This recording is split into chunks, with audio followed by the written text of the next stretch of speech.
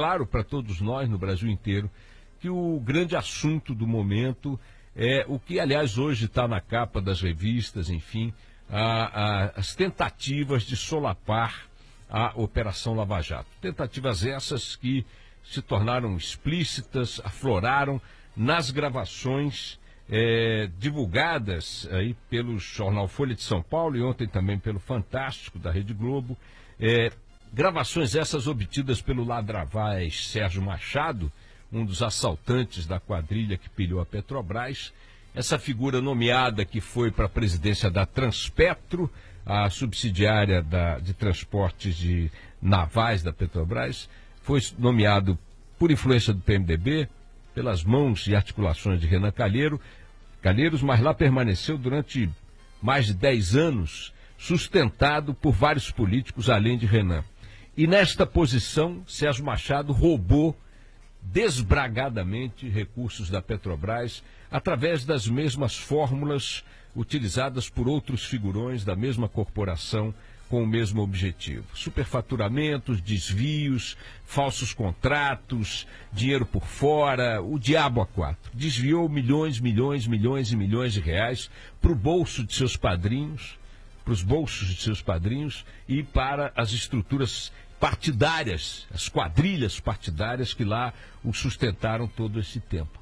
E as gravações que todos nós, de que todos nós tomamos conhecimento nos últimos dias, mostram que figuras como estas que eu citei, Renan Calheiros, Romero Jucá, José Sarney, o próprio Sérgio Machado, personagens de primeira grandeza do PMDB e da cena política parlamentar brasileira, falam objetivamente sobre formas de solapar a Lava Jato, de destruir a Lava Jato, de barrar a Lava Jato, de cessar a Lava Jato.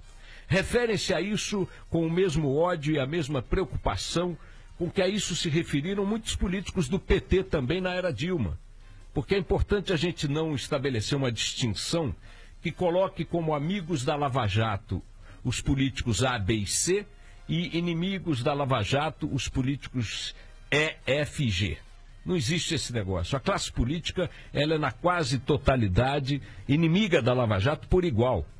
Dilma, Lula, Rui Falcão, o PT, figuras importantes do Partido dos Trabalhadores, passaram meses, para não dizer anos, esculhambando, anarquizando a Lava Jato, chamando o juiz Sérgio Moro de maluco, de golpista, de comprometido com esquemas para desestabilizar o PT e tudo mais. Essas eram as críticas feitas pelo PT e seus aliados à Operação Lava Jato. Pois bem, do lado de lá estão o PMDB, o PSDB, o DEM, o PP e tudo mais, com o mesmo tipo de conspiração e o mesmo tipo de crítica para o mesmo tipo de operação. Ou seja, a Lava Jato é a grande inimiga da classe política brasileira, porque a classe política brasileira é predominantemente tomada por interesses escusos e por figuras do lumpesinato moral. Pois bem, a despeito disso tudo, o alerta que eu queria compartilhar com vocês hoje é diferente desse que está nas manchetes dos jornais e nas capas das revistas. Renan Calheiros, Sarney, Jucá, figuras como essas e outras tantas não têm condições hoje morais, políticas e públicas de barrar a Lava Jato, de impedir que a Lava Jato prospere. Mas há um ovo da serpente colocado dentro do Congresso Nacional e este sim com enorme potencial de interromper a Lava Jato ou de feri-la de morte. E esse ovo da serpente está colocado ali por um parlamentar que permanentemente proclama a sua condição de defensor da democracia, de combatente da ditadura, de representante de uma classe política ou profissional, a dos advogados, que, segundo eles próprios proclamam o tempo todo, tem históricos compromissos com a defesa da democracia e das liberdades, aunque pese sua entidade maior, a OAB, ter apoiado o golpe militar de 1964 no primeiro momento de forma muito entusiástica. Mas isso é coisa do passado e a memória, quando diz respeito a nós mesmos, ela é autoindulgente. Então vamos esquecer que esse papo de sermos advogados e sermos da OAB necessariamente nos coloca do lado bom da história, sempre, porque sempre não foi assim. E isso não é um caso, não é uma crítica exclusiva à OAB.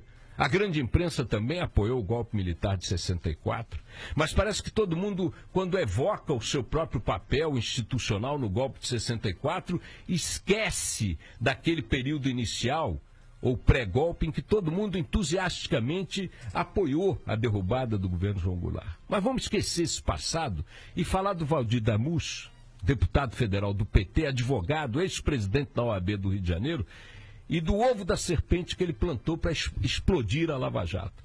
São dois projetos de lei, um deles proíbe que investigados que estejam presos prestem colaboração premiada, e o outro determina que pessoas presas, pessoas condenadas em segunda instância, não sejam mais presas, como assim decidiu o Supremo Tribunal Federal, até o julgamento final das ações, na última instância possível e no último recurso possível. Ora, a ameaça de ir para a cadeia na segunda condenação, como quis o Supremo na sua decisão recente, e a delação premiada de réus presos, de suspeitos presos da Lava Jato, são os dois pilares que permitiram a Lava Jato prosperar até aqui, da forma que prosperou.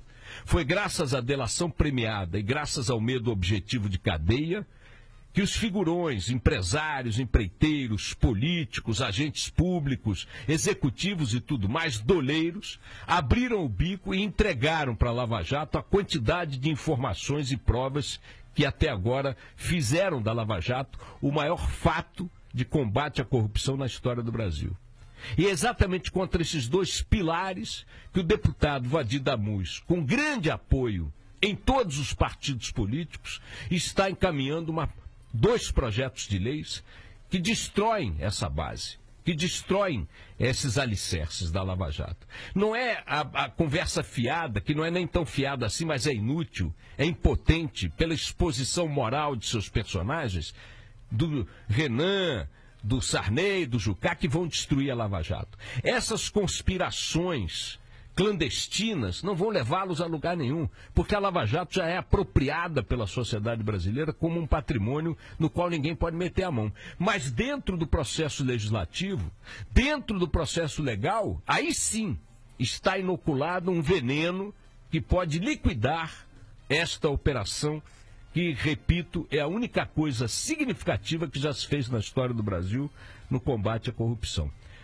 Com o discurso de que somos defensores da liberdade, dos direitos constitucionais, de que somos defensores da presunção da inocência, o senhor Valdir Damus, advogado, figura que representa a OAB dentro do Congresso Nacional como outros pares de mesma formação, está, na verdade, trabalhando por um interesse corporativo, por um interesse que não diz respeito ao interesse da população pobre, porque essa população vai para a cadeia. Essa população paga pelos crimes que eventualmente comete de forma dolorosíssima, em ritos curtíssimos. E não é em favor desses que o senhor Valdir Damus e seus projetos estão se movimentando. Não é em torno deles, desses projetos, que estão sendo somadas as forças no Congresso Nacional para derrubar a Lava Jato. Não é em função do povo nem das pessoas de menor renda, porque essas estão lotando as cadeias no Brasil inteiro. O projeto de Valdir Damus, os dois, repito, com o argumento de que estão na defesa dos princípios constitucionais e das liberdades individuais e da presunção da inocência, são dois ovos de serpentes colocados no caminho da Lava Jato de forma deliberada. O senhor Valdir Damus e seus projetos estão a serviço de uma tentativa de solapar a Lava Jato, enquanto nós nos preocupamos com as besteiradas, porque inócuas, do Gagá Sarney, do corrupto Jucá, do corrupto Renan. Enquanto nós olhamos para este tipo de manchete, para este tipo de gravação, prospera nas articulações do Congresso Nacional os projetos de lei do senhor Valdir Damus. Esses sim, grandes ameaças contra o andamento da Lava Jato. Precisamos ficar extremamente atentos para que esse golpe legislativo não seja consumado, e ele está andando como que vai ser.